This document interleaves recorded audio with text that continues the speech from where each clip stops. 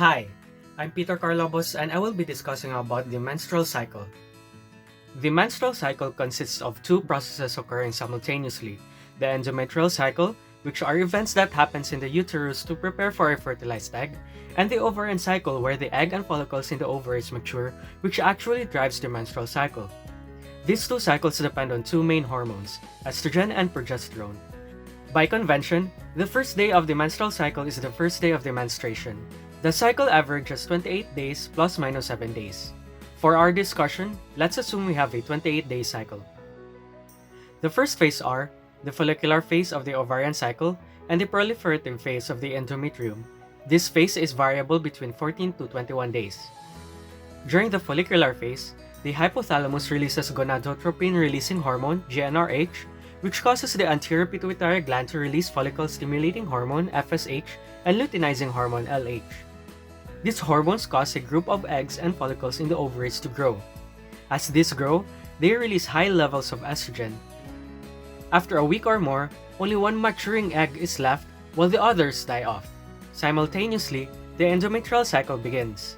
The cycle starts with the first day of menstruation, or the menstrual period. This marks our day 1. When the egg is not fertilized, the endometrium sheds and becomes thinned out. The endometrium consists of the functional layer and the basal layer. When estrogen levels rise, the functional layer thickens. There are more glands and blood vessels produced.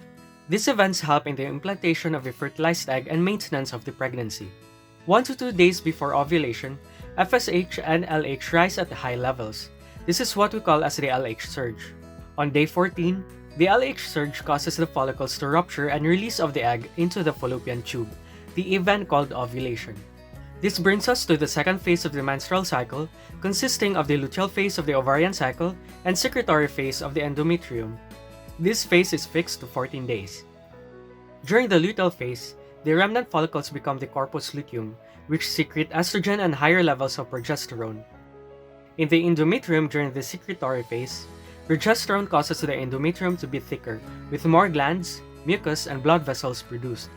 This allows a more nutritive environment for the fertilized egg. But when the egg does not get fertilized by a sperm, the corpus luteum regresses and becomes the corpus albicans, which does not secrete any hormones. Estrogen and progesterone levels decrease, causing the functional layer of the endometrium to slough off. Menstruation then begins, marking the new menstrual cycle. This cycle repeats until no more ovum is left in the ovaries.